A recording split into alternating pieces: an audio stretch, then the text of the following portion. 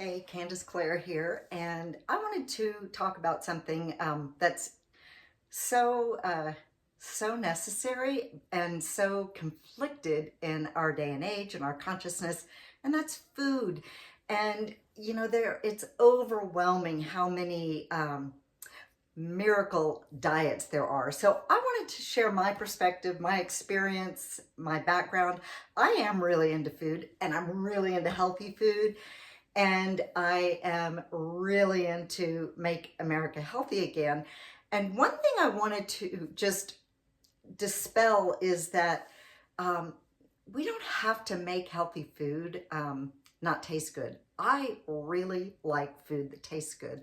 And part of my upbringing, my father, who had a professional career, he really loved hanging out with chefs, top chefs in Houston, and he loved cooking, and he loved great wine, and so my palate was really educated to enjoy good tasting food.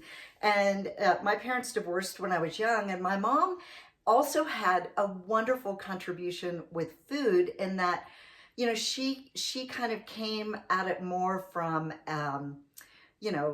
like daily cooking. But I think there's different kinds of cooking. There's like a kind of cooking that you do when you're really into like the mixture of flavors and elegance and all of that. And then there's the kind of cooking that you do when you have kids, but you also provide something that is made from real ingredients rather than like a fast food or something like that.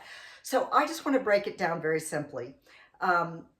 We wouldn't have to think about this so much if our country had better regulations on the toxicity that's put in our food. That is the real shame, because you know what? Not everybody has the time or the bandwidth to research food like the way someone like me might do. I mean, I'm into health. I'm a wellness coach. I'm also a life coach, and this is something I enjoy.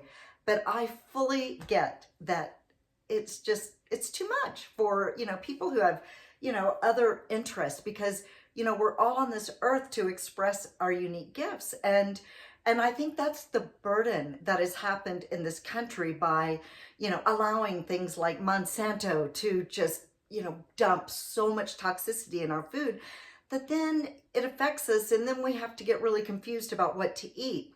And I just think that the top tier, which is why I'm really excited that Robert Kennedy is hopefully going to be able to carry through his commitment to make America healthy again, because he's going to go for that area that someone like me really, the way I rebel against it is just not purchasing things that aren't organic and supporting that.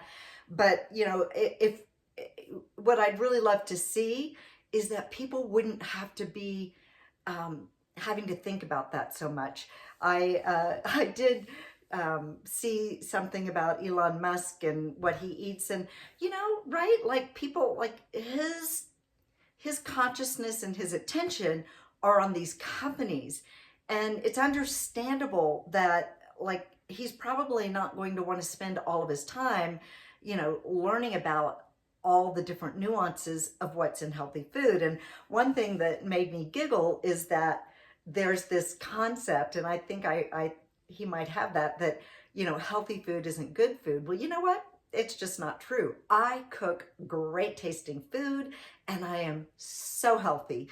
And I also kind of follow in the rule. Some people say 80-20. I'm a little more stringent than that. But I'll have things that are not totally healthy. I mean, if I eat junk food, I usually still make sure it's organic, because I do think that's a huge importance.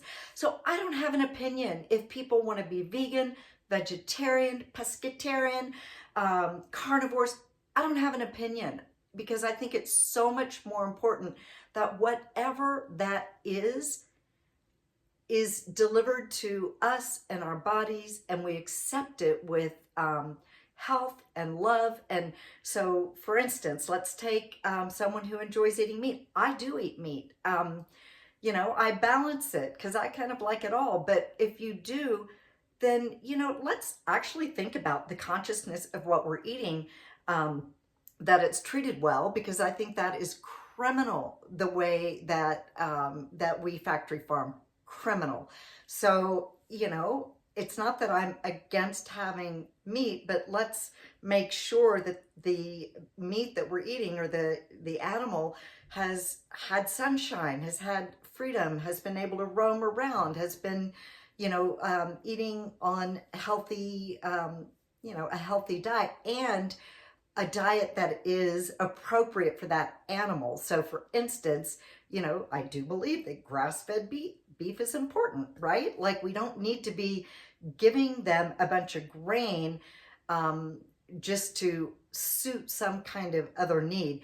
And so again, my point is, people who are, you know, in their other pursuits, it would be wonderful if they didn't even have to think about that kind of thing, you know. But I do think they should, you know, because I mean, I do think they should think about, like, okay, yeah, I eat meat, but let me at least go the step of, you know, supporting something that is making sure the animal's treated well, because, you know, I believe that we definitely have, everything's energy, and so we have the energy of the life, of the animal as well. So I think that's super important. And, you know, again, really hoping that Robert Kennedy can make a real difference in our environment. You know, if we're polluting everything, you know, then even if you think you're eating healthy fish, but if it's out of polluted water, you know, that's what you're getting. So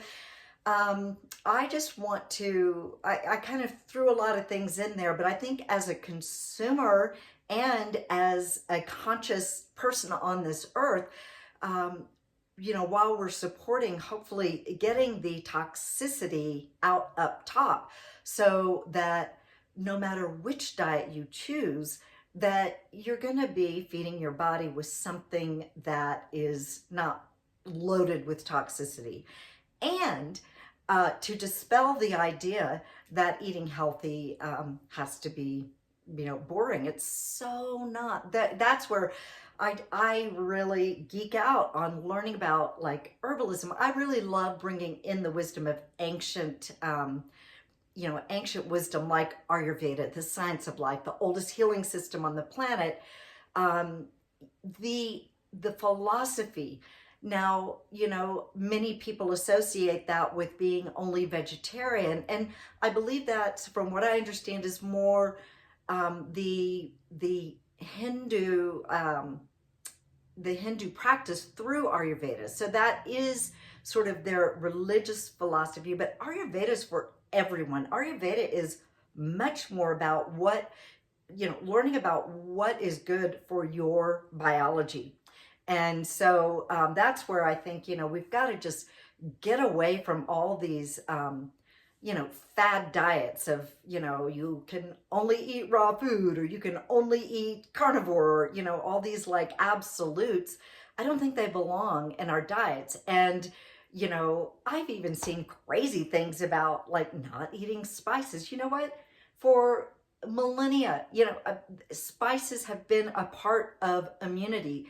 So they make food taste good, and they also fortify our immune system. So I just wanted to put that out there to just be conscious with whatever you're choosing, and to also look at your own body's feedback, because that's the ultimate relationship. It doesn't matter what someone else says, but, you know, if your body is showing signs of digestive distress, or, you know, things like that, then you do, you know, that's the most dense part of our being. With Ayurveda, we look at all 5 layers of our being, which I love to get into with people. But, you know, I think it's important to start with, you know, the food body, the Annamaya Kosha. It is our bodysuit that, you know, we are able for our soul to self-actualize, and we need the body. And so let's treat the body really well. But let's get, you know, let's get clear on just some basics, you know, of, while hopefully, you know, in the next few years, we'll see some better, progress with getting this freaking toxicity out of our diets. And, you know, let's just be conscious consumers, right? Let's be conscious consumers. If it behooves you to want to learn more about health, what I think is super important is really about clearing the channels, making sure that there's a detoxification process going on, because of all the poisons in the environment and the food. It disrupts our most, I think, one of the most important organs, which is our liver, which is where the whole digestive process, it's tripped up if that's not working well. And so I love to help people learn ways to kind of keep things moving, because that is a foundation in Ayurveda. Is, you know, if there is stagnation in any of our channels, then that's where a disease can start to form. So, and again, I'm much more, and that is also supporting much more the terrain theory. So if you have a really strong terrain, you know, things aren't going to knock you off balance, or you're not going to get sick as much, or, you know, you're just going to have a well-functioning, you know, body, mind, spirit to handle some assaults. But let's just at least be conscious consumers. Let's learn how to actually detoxify our bodies better, while hopefully, you know, in making America healthy again, we can detoxify the toxins that have been bombarded on us. So I hope that's helpful. If you would like to learn more and work with me, I am Candace Clare at Swan Sage. So it's www.swansage.com. If you would like to reach out to me or email me at Candice, Candice at swansage.com. All right. Thank you. Namaste.